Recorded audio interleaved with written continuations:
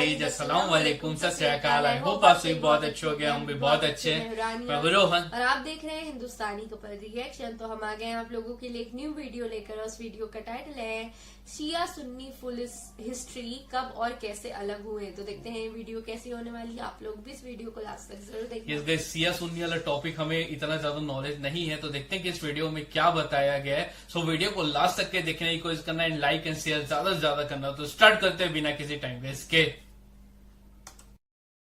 इस्लाम आज दुनिया का दूसरा सबसे बड़ा मजहब है, लेकिन अगर आप दुनिया के किसी भी हिस्से में किसी भी मुस्लिम से मिले तो आपको आमतौर पर दो नाम जरूर सुनने को मिलते हैं, शिया और सुन्नी। अब ये सवाल आपके जहन में भी आता होगा कि जब अल्लाह एक है, रसूल एक है और किताब एक है, तो फिर ये दो अलग अलग ग्रुप क्यों हैं? आखिर ऐसा इतिहास में क्या हुआ है कि एक ही उम्मत दो हिस्सों में बट गई? और बात सिर्फ अलग रास्तों की नहीं है, बल्कि अफसोस के साथ कहना पड़ता है कि कई दौरों में इन दोनों ग्रुप्स के बीच ऐसी दुश्मनी भी देखी गई जिसमें हजारों नहीं लाखों मुसलमानों की जाने चली गई। अब सवाल ये है कि ये बंटवारा कब हुआ, कैसे हुआ? आज की इस वीडियो में मैं आपको सिर्फ और सिर्फ वो बुनियादी बातें बताने वाला हूँ, यानी शुरुआत कहाँ से हुई, बंटवारा क्यों हुआ और कैसे हुआ, और इसकी जड़ें कितनी गहरी है। तो अगर आप भी ये जानना चाहते हैं कि शिया और सुन्नी मुसलमानों के रास्ते कब और क्यों अलग हुए, तो इस वीडियो को पूरा जरूर देखिएगा और कोशिश कीजिएगा कि हम इस टॉपिक को इल्म और इज्जत के साथ समझेंगे, क्योंकि ये मसला सिर्फ इतिहास का नहीं, उम्मत की यूनिटी का भी है। सवाल ये नहीं है कि शिया और सुन्नी अलग क्यों हुए, असली सवाल ये है कि कब और कैसे ये अलग हुए। और दोस्तों, आप इस बंटवारे की जड़ को अगर तलाशने निकलेंगे, यानी इतिहास की किताबें उठाकर देखेंगे, तो आपकी खोज दो जगहों पर आकर रुक जाएगी। पहला, खिलाफत का सवाल, और दूसरा साल 632 ईस्वी। जी हाँ दोस्तों, 632 ईस्वी वही साल था जब हमारे प्यारे नबी हजरत मोहम्मद सल्लल्लाहु अलैहि वसल्लम इस दुनिया से पर्दा फरमा गए। और बस यही से शुरू होता है इस पूरे मुद्दे का असली सफर। असल में जब नबी करीम सल्लल्लाहु अलैहि वसल्लम अपनी जिंदगी के आखिरी दिनों में बहुत बीमार हो गए थे, तो सहाबाए किराम के बीच ये सवाल उठने लगा था कि अब उम्मत की रहनुमाई कौन करे, क्योंकि बात सिर्फ इमामत या मस्जिद में इमामत की नहीं थी, बात थी पूरे मुस्लिम समाज को लीड करने की। वो दौर था जब इस्लामी हुकूमत पूरे अरब में फैल चुकी थी और अब एक मजबूत लीडर यानी खलीफा की जरूरत थी। यही वो मोड़ था जहां से शिया और सुन्नी मत की शुरुआत मानी जाती है। शिया मुसलमानों का मानना है कि हजरत अली रदी अल्लाह तआला अन्हु को नबी पाक सल्लल्लाहु अलैहि वसल्लम ने अपनी जिंदगी में ही अपना खलीफा नामजद किया हुआ था। सबसे अहम हदीस जो शिया समुदाय पेश करता है वो है गदीर खुम का वाकिया, जहां प्यारे नबी सल्लल्लाहु अलैहि वसल्लम ने हजरत अली का हाथ उठाकर फरमाया था, जिसका मैं मौला हूँ, अली उसका मौला है। अब यहाँ पर मौला का मतलब शिया मानते हैं लीडर, रहनुमा, वारिस। इसलिए उनका मानना है कि नबी ने अपनी जिंदगी में ही हजरत अली को अपना उत्तराधिकारी घोषित कर दिया था। मगर वही दूसरी तरफ सुन्नी मुसलमानों की सोच थोड़ी अलग है। उनके मुताबिक मौला का मतलब उस मौके पर दोस्ती और सम्मान के तौर पर लिया जाना चाहिए, न कि राजनीतिक उत्तराधिकारी के रूप में। उनका मानना है कि नबी पाक सल्लल्लाहु अलैहि वसल्लम उस वक्त सिर्फ ये बताना चाहते थे कि हजरत अली से उनका रिश्ता बहुत ही गहरा, खास और मोहब्बत भरा है, क्योंकि अरबी भाषा में मौला के कई मायने होते हैं, जैसे मालिक, दोस्त, सहारा, लीडर। और उस मौके पर कौन सा माना लागू होता है, इस पर दोनों ही लोगों के बीच में मतभेद है। और यही से शुरू होता है वो सिलसिला जिसमें खिलाफत, लीडरशिप और विरासत को लेकर अलग अलग राय सामने आती है। इतिहास में आगे चलकर इस बुनियादी मतभेद से कई सारे परतें बनती चली गई, और यही बुनियादी वक्फा था जहां से शिया और सुन्नी रास्तों की जुदाई शुरू हुई। अब सवाल ये उठता है कि 632 ईस्वी के बाद आगे क्या हुआ, खलीफा किसे चुना गया, किसने किन हालातों में लीडरशिप संभाली। तो दोस्तों, जब 632 ईस्वी में नबी पाक सल्लल्लाहु अलैहि वसल्लम इस दुनिया से पर्दा फरमा गए, तो उस वक्त एक बात साफ थी, अरब के मुसलमान किसी एक लीडर पर मुत्तफिक नहीं थे और इसी वजह से नबी के वफात के तुरंत बाद सबसे पहली जरूरत थी एक नए खलीफा का चुनाव करना, ताकि बाहर के दुश्मन इस खालीपन का फायदा ना उठा सके, अंदर कोई फितना या फसाद पैदा ना हो। अब इस दौरान क्या हो रहा था, एक तरफ हजरत अली रदी अल्लाह ताला अन्हु नबी पाक सल्लल्लाहु अलैहि वसल्लम के जनाजे की तैयारियों में जुटे हुए थे और मदीना में दूसरी तरफ एक इमरजेंसी मीटिंग यानी इज्तिमा शुरू हो चुकी थी, जिसमें जल्द से जल्द खलीफा तय करना था। शुरुआत में इस मीटिंग में हजरत अबू बकर रदी अल्लाह ताला अन्हु, हजरत उमर रदी अल्लाह ताला अन्हु और हजरत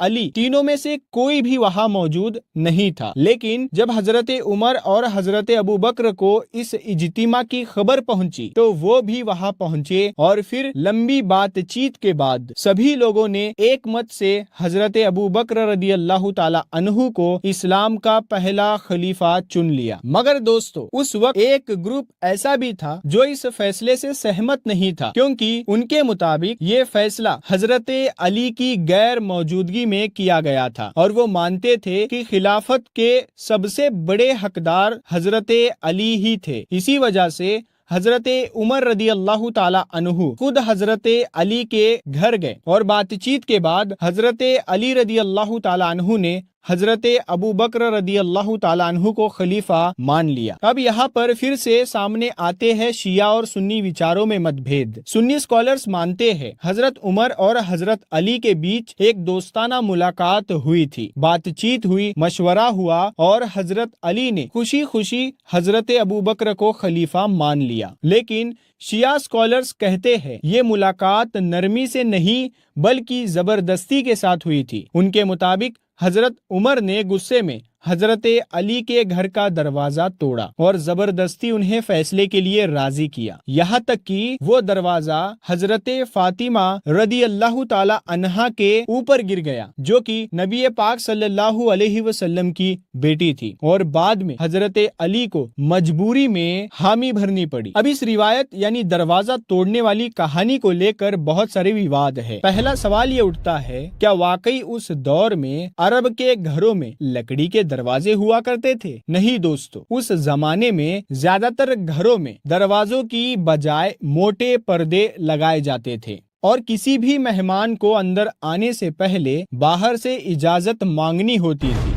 दूसरा सवाल, इस रिवायत को पेश करने वाला रावी कौन है? इसका नाम है अब्बान बिन अबी अय्याश। अब हैरानी की बात यह है कि सुन्नी स्कॉलर्स तो छोड़िए, खुद शिया स्कॉलर्स के एक ग्रुप ने भी इस रावी को झूठा और कज़्ज़ाब बताया है। इमाम मुस्लिम ने अपनी किताब सही मुस्लिम के मुकद्दमा में इस रावी को झूठा, कज़्ज़ाब और मतलब गढ़ने वाला बताया है। यहाँ तक कि शिया स्कॉलर अबुल हाशिम ने भी इसे नामाकुल रावी माना है। इतना ही नहीं, अगर आप हजरत अली और हजरत उमर के बाद के रिश्तों को देखेंगे तो वहाँ आपको एक दूसरे के लिए इज्जत और मोहब्बत नजर आती है। हजरत अली ने अपनी बेटी उम्मे कुलसुम का निकाह हजरत उमर से किया। हजरत उमर ने अपनी खिलाफत के दौर में हजरत अली को काजी इस्लाम यानी चीफ जस्टिस जैसी ऊंची पोजीशन पर नियुक्त किया। तो दोस्तों, अब आप खुद सोचिए, क्या वाकई में दरवाजा तोड़ने वाली कहानी ऐतिहासिक तौर पर पॉसिबल है या फिर ये सब बातें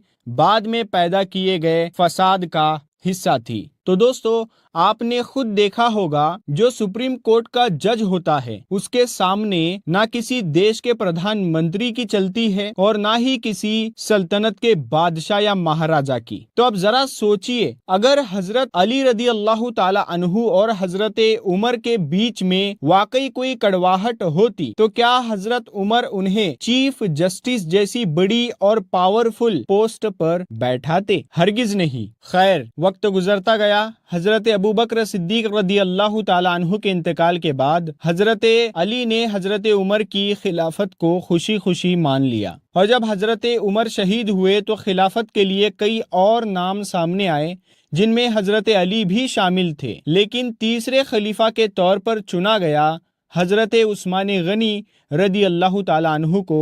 और दिलचस्प बात यह है कि हजरत अली ने इस फैसले को पूरी तरह से कबूल किया। मगर दोस्तों, वक्त के साथ हजरत उस्मान की खिलाफत में फसाद की आंधी आ उठने लगी। शिया और सुन्नी इस बात पर अलग अलग राय रखते हैं कि फितना कैसे शुरू हुआ, लेकिन ज्यादातर इतिहासकार इस बात पर सहमत है कि हजरत उस्मान की नरमी इसकी एक बड़ी वजह बनी। जहां हजरत उमर एक सख्त इंतजामी शख्सियत थे, वही हजरत उस्मान बेहद नरम दिल और नर्म रवैये के इंसान थे। और शायद इसी वजह से कुछ गुटों ने उनके खिलाफ बगावत शुरू कर दी थी, यहाँ तक कि उन्हें खलीफा के पद से हटाने की पेशकश की गई और उसकी जगह हजरत अली को खलीफा बनाने की मांग उठी। लेकिन हजरत अली ने बिल्कुल इससे इनकार कर दिया, बल्कि उन्होंने अपने दोनों बेटों यानी हजरत इमाम हसन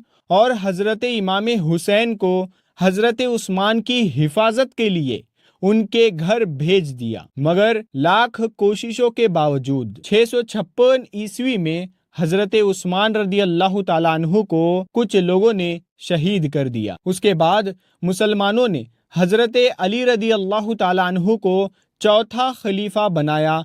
लेकिन ये सफर इतना आसान नहीं था जितना सुनने में लगता हो, क्योंकि हजरत उस्मान की शहादत में इस्लामी उम्मत को 2 हिस्सों में बांट दिया गया था। बनु उमैया यानी उस कबीले से ताल्लुक रखने वाले लोग जिससे हजरत उस्मान आते थे, उन्होंने हजरत अली की बैत करने से मना कर दिया। उनमें सबसे अहम नाम था हजरत अमीर मुआविया रदी अल्लाह ताला अन्हु, जो उस वक्त शाम यानी आज के सीरिया के गवर्नर थे। उन्होंने साफ तौर पर कहा, सबसे पहले उस्मान के कातिलों को सजा दो, फिर हम बैत करेंगे। और सिर्फ हजरत मुआविया ही नहीं, बल्कि ये डिमांड हजरत उम्मुल मोमिनीन हजरत आयशा सिद्दीका रदी अल्लाह ताला अन्हा ने भी की थी। मगर दूसरी तरफ हजरत अली का कहना था कि इस वक्त मदीना की हालत बेहद खराब है, पहले सिस्टम को संभालना होगा, फिर इंसाफ होगा। मगर दोस्तों, हालात धीरे धीरे बिगड़ते चले गए। बात इस हद तक पहुंच गई कि मुसलमानों की तलवारें अब मुसलमानों के ऊपर ही उठ गई। ये इस्लाम की पहली सिविल वॉर थी, जिसे जंगे जमल के नाम से जाना जाता है। इस जंग में हजरत अली की फौज के सामने थी हजरत आयशा रदी अल्लाह ताला अन्हा, हजरत तलहा और हजरत जुबैर रदी अल्लाह ताला अन्हुम। मगर हकीकत में जंग शुरू करने का इरादा किसी का नहीं था, बल्कि हजरत अली ने बातचीत से मामला सुलझा भी लिया था। मगर उनकी फौज में छिपे हुए कुछ फसादी लोगों ने रात के अंधेरे में हजरत मुआविया की फौज पर हमला कर दिया, उनके कैंप्स में आग लगा दी। बस यही एक चिंगारी काफी थी और फिर 2 मुस्लिम फौजें आमने सामने आ गई। जंगे जमल में आखिरकार हजरत अली को जीत मिली, मगर जीत के बावजूद उन्होंने न सिर्फ अपनी मुखालिफ सोच रखने वालों को माफ किया, बल्कि उन्हें इज्जत के साथ रवाना भी किया। लेकिन मामला यही नहीं रुका। हजरत मुआविया अब भी अपनी डिमांड पर कायम थे कि हजरत उस्मान के कातिलों को सजा दो।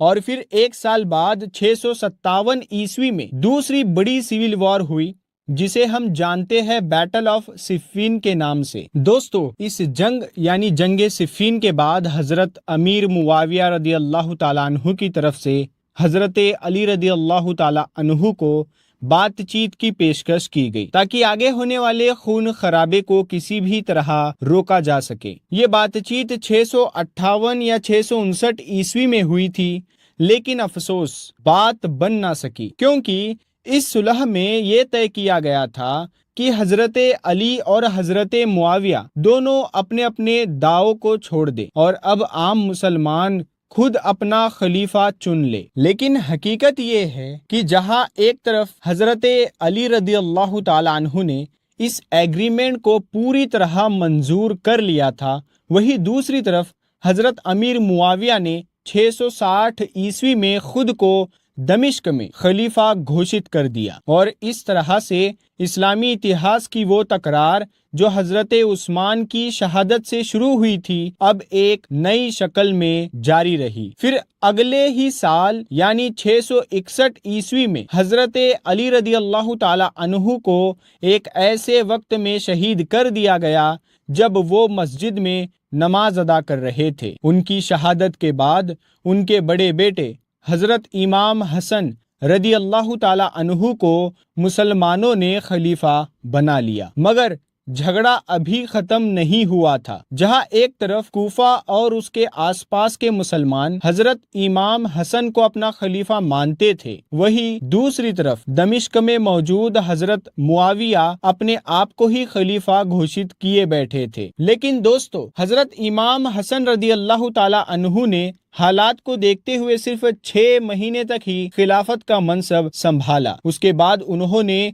खुद एक सुलह के तहत अपनी मर्जी से खिलाफत को छोड़ दिया। क्यों? ताकि एक और सिविल वार ना हो सके, ताकि मुसलमानों की तलवारें दोबारा आपस में ना टकराए, ताकि मुसलमान एक दूसरे का खून ना बहाए, इस्लाम का खून इस्लाम के हाथों ना बहाया जाए। लेकिन दोस्तों, यही हालात और भी ज्यादा नाजुक तब हो गए जब हजरत मुआविया रदी अल्लाह ताला अन्हु का इंतकाल हुआ। उनके इंतकाल के बाद उनके बेटे यजीद को गद्दी मिल गई। अब जाहिर है उस दौर के बहुत सारे मुसलमानों का यही मानना था कि यजीद जैसे इंसान में वो खूबियां नहीं थी जो खिलाफत जैसे बड़े मनसब के लिए जरूरी मानी जाती थी। और यही से एक और नया मोड़ आता है इस्लामिक दुनिया की सियासत में, क्योंकि इस्लाम के इतिहास में पहली बार हुआ कि एक खलीफा का बेटा उसके बाद खलीफा बन गया। इसके पहले खिलाफत हमेशा शूरा यानी काउंसिल और मुसलमानों की मशवरे से तय होती थी, मगर अब खिलाफत एक खानदानी बादशाहत में बदल चुकी थी। यही वजह है कि इतिहासकार हजरत मुआविया को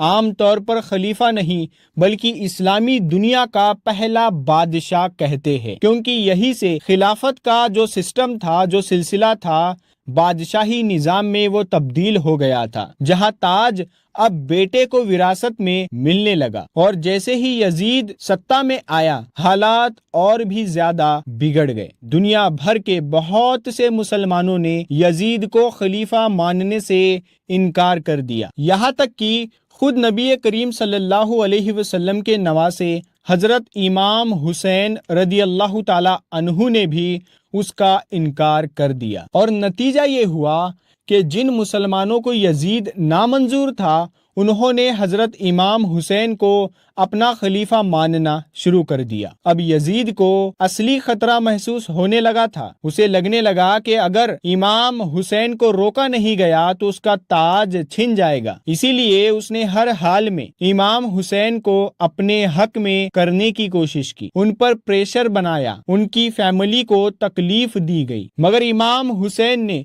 किसी भी हालत में जालिम को खलीफा मानने से इनकार कर दिया। धीरे धीरे हालात उस मोड़ तक पहुंच गए जहां करबला का मैदान सजा। अब दोस्तों, करबला में क्या हुआ वो बताने की जरूरत शायद नहीं। आप में से बहुत से लोग उस दर्दनाक हकीकत से वाकिफ है, और वैसे भी एक छोटी सी वीडियो में उस मुकद्दस शहादत को बयां करना मुमकिन नहीं है। अगर आप चाहे तो आप मुझे कमेंट करिए इस वीडियो के नीचे, मैं इस पर एक डिटेल में वीडियो लेकर आऊंगा। बस आसान लफ्जों में इतना समझ लीजिए कि यजीद की जालिम फौज ने 10 मुहर्रम के दिन हजरत इमाम हुसैन रदी अल्लाह ताला अन्हु और उनके अहले बैत ज्यादातर अफराद को शहीद कर दिया। और यही वो आखिरी वार था जिसने शिया सुन्नी डिवीजन को हमेशा के लिए गहरा कर दिया, क्योंकि उसके बाद पूरी इस्लामी दुनिया की सियासत, सोच और इतिहास पूरी तरह बदल गया। अहले तशय्यो, जिन्हें आज हम शिया मुसलमान के नाम से जानते हैं, शुरू में कोई अलग मजहब नहीं थे। वो बस हजरत अली रदी अल्लाह ताला अन्हु के हामी थे, यानी चाहते थे कि नबी का वारिस उनके ही खानदान से बने। लेकिन वक्त के साथ जब कुरान, हदीस, इतिहास और धर्म के मसलों पर उनकी राय अलग होती चली गई, तब से सिर्फ ये एक राजनीतिक सोच ना रहकर एक अलग फिरका बन गया। तो दोस्तों, ये थी इस्लामी इतिहास के सबसे पेचीदा और अहम दौर की कहानी, जो ना सिर्फ सो गाइस ये था फुल हिस्ट्री शिया और सुन्नी का, क्योंकि हमें ये सब चीजें नहीं पता था, इस वीडियो के थ्रू जानने को मिला। और हमें तो यही पता है जहां तक कि हम रिसर्च करते हैं, और बहुत सारे ऐसे बड़े बड़े स्कॉलर्स के वीडियो देखे हैं जिनका मानना है कि शिया सुन्नी वाली चीज ना ही कुरान शरीफ में, जैसे कि हम भी पढ़े हुए, हम भी रिसर्च किए हैं, इतने बड़े आलिम तो नहीं है, लेकिन हम जहां तक रिसर्च किए हैं तो ना ही कुरानों में मिलता है, ना ही हदीसों में, सॉरी कुरानों नहीं है, सिर्फ कुरान शरीफ है, तो कुरान शरीफ पे नहीं मिलता ये सिर्फ, और हदीसों में नहीं मिलता है कि शिया सुन्नी वाला कोई वर्ड है वहां पे। लेकिन इस समय के हिसाब से ये चीजें कैसे चेंज हुई वो आप इस वीडियो में आप देख सकते हो। और ये बहुत ही ज्यादा कंट्रोवर्शियल टॉपिक है, और बहुत ही मतलब ये टॉपिक में क्या ही बोले तो मतलब हम अपनी राय नहीं दे सकते, लेकिन आप लोग क्या समझते हो जरूर कमेंट बॉक्स में कमेंट करके बताना। हाँ यस, क्योंकि हमें इसके बारे में इतना ज्यादा इल्म नहीं है, हम इतने बड़े आलिम नहीं है कि हम ऐसे चीजों पे बात करें, सेंसिटिव टॉपिक पे बात करें, क्योंकि जब इंसान के पास नॉलेज रहता है तो ही वो बात कर सकता है। तो हम तो एक नए ही है, हमें 1% ही नॉलेज है इंसान के बारे में। सो आप लोगों का क्या पॉइंट ऑफ व्यू है जरूर कमेंट बॉक्स में कमेंट करके बताना। नेक्स्ट वीडियो में, तब तक के लिए बाय, लव यू गाइस।